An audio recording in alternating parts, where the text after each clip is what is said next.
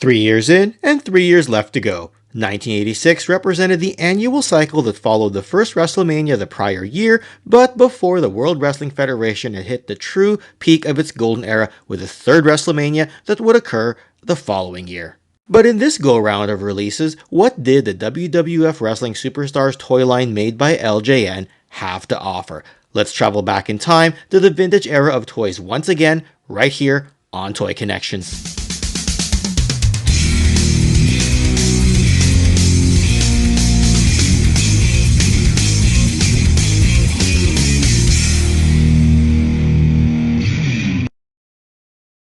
While Vincent Kennedy McMahon had purchased the World Wrestling Federation 4 years earlier, prior to the events of 1986, the company was just hitting its stride as an accepted form of televised entertainment on both a nationwide as well as international scale. Yes, the territory system of region-focused wrestling was still being grandfathered in by rival promotions. However, the writing was clearly on the wall, and it was obvious that the McMahon-owned wrestling empire was headed to the top of the wrestling mountain, what with a majestic cast of superstars, an unmatchable touring schedule, and its highly anticipated series of televised events.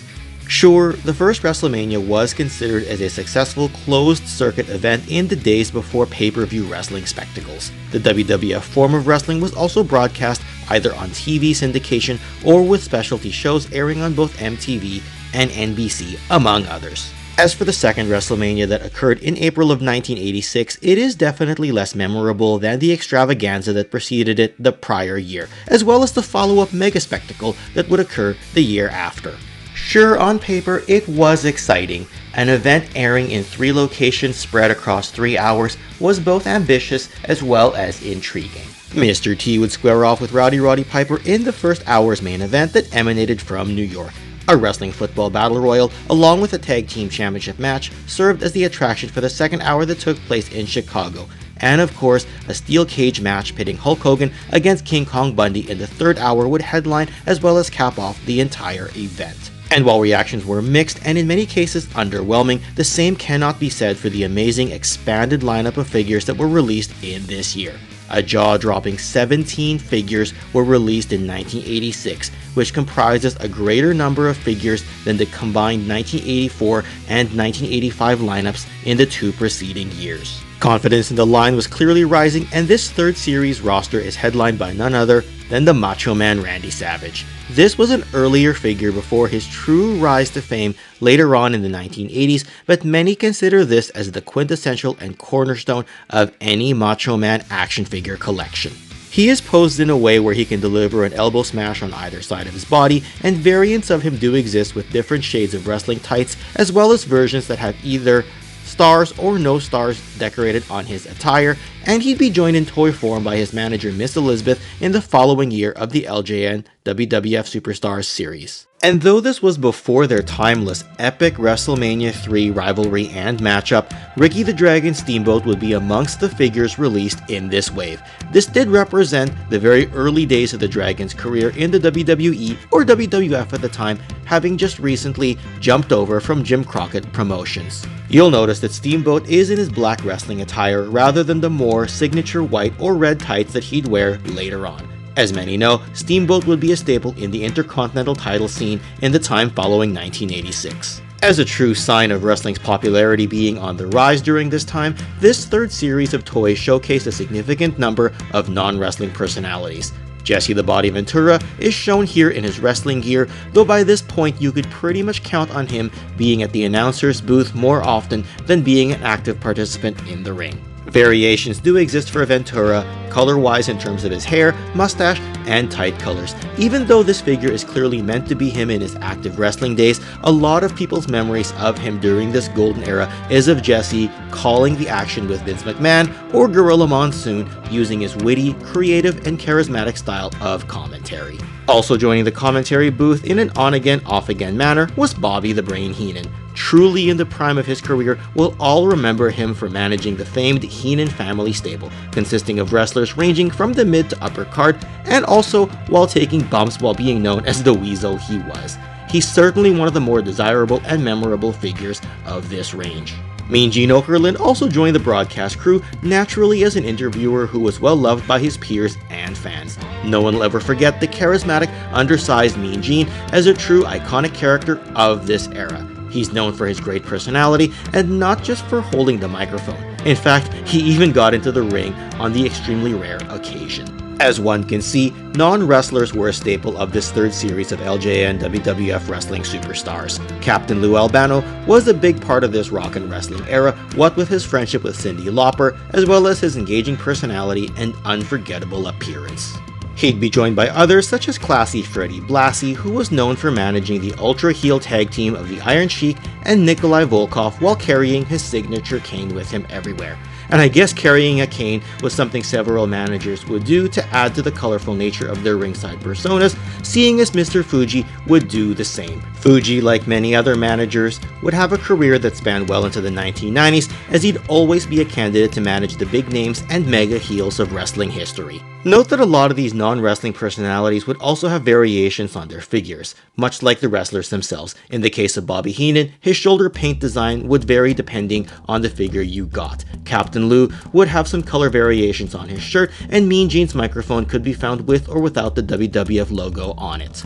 And of course, who could ever forget the Mouth of the South, Jimmy Hart? Primarily a heel manager who occasionally would do a face turn, he wasn't a member of the Hart family, but since he carried the right last name, he did manage them in their rise to fame, among many other tag teams. Of course, the Mouth of the South would carry his megaphone everywhere. The LJN figure has his megaphone as a molded prop in his hand that had several variations in decoration and design, depending on which version you got. Moving on, while Hulk Hogan was the poster boy for the rock and wrestling movement of the mid-1980s, the World Wrestling Federation's first true household name was Bruno Sammartino. Yes, his heyday was during the 1960s and 1970s as the top star for Vince McMahon Sr., aka the father of Vincent Kennedy McMahon, who would take wrestling's broadcasting power to an international level. Bruno still had quite a level of star power left by the 1980s, hence why this figure is an important one.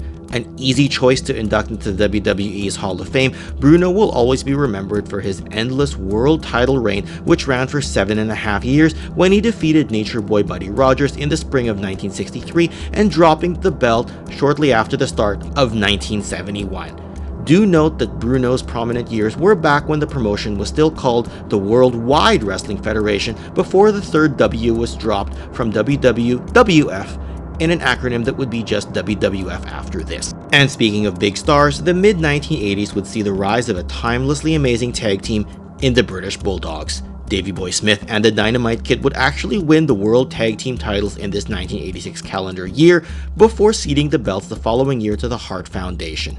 Brought over from Stu Hart's Stampede Wrestling, the Dynamite Kid was one of the biggest influences and inspirations to wrestlers in the decades that would follow, what with his smooth style of wrestling mixed with his high-flying nature. Davey Boy would later adopt the British Bulldog name as a singles wrestler, becoming a powerhouse of a superstar who would also see a ton of singles success, both as an Intercontinental Champion as well as a European Champion during the 1990s. The two men were related as real-life cousins, and both were related as in-laws to the great Bret the Hitman Hart.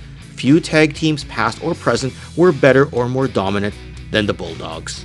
Greatness does come in all forms and wrestling gimmicks, and while he was known for being middle-aged and crazy for his most prominent wrestling years, Terry Funk was a memorable part of this year's wrestling lineup as well.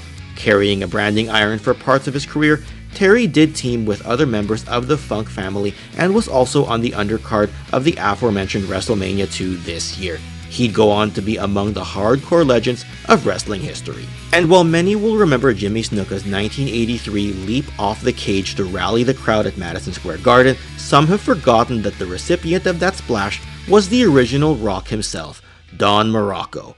Muraco would be managed by the aforementioned Mr. Fuji for parts of his career, and he would be a much-hated heel feuding with the likes of Snuka as well as Ricky the Dragon Steamboat. He'd also be in the main event of the first ever Survivor Series during 1987 as a member of Hulk Hogan's team. Another relatively large name during this era was none other than Tito Santana. In fact, Santana was the Intercontinental title holder going into this 1986 calendar year, a belt he would cede to the Macho Man Randy Savage in the latter's build-up to becoming a big megastar. Santana did have multiple Intercontinental and World Tag Team title runs during the 1980s, being a reliable mid-card act. Rounding out the 1986 LJN Wrestling Superstar Series 3 cast were a couple of wrestlers whom some may have forgotten, but their names are very much entrenched in wrestling history. Here's Corporal Kirchner, who at one point was used as enhancement talent, even if he does hold a key victory over Nikolai Volkov at this particular year's WrestleMania 2. Kirchner comes in his clean-shaven variant as well as his rarer bearded variants. Then of course there's Special Delivery Jones, who could be found in two different colored attire variations as well. SD Jones did have the dubious achievement of losing in a record time to King Kong Bundy in the first ever WrestleMania the prior year, but Jones was known as a company workhorse, wrestling a ton of matches every single year and is among the names inducted into the WWE's Hall of Fame like so many others in this video. Wrestling, and wrestling collectible toys by extension, have had their shares of ups and downs, but it's safe to say that this 1986 year was more good than bad, and to think the World Wrestling Federation was still trending upwards towards its peak years. There'll be a lot more wrestling content to cover in the future, right here on Toy Connections. And if you enjoyed this video, don't go anywhere just yet. You can check out the rest of the LJN Wrestling Superstars History Series by clicking on this playlist right over here. Or for a look at an altogether different type of history video, you can click right over here. And with that, I'll see you all again next time. Thanks again, and take care.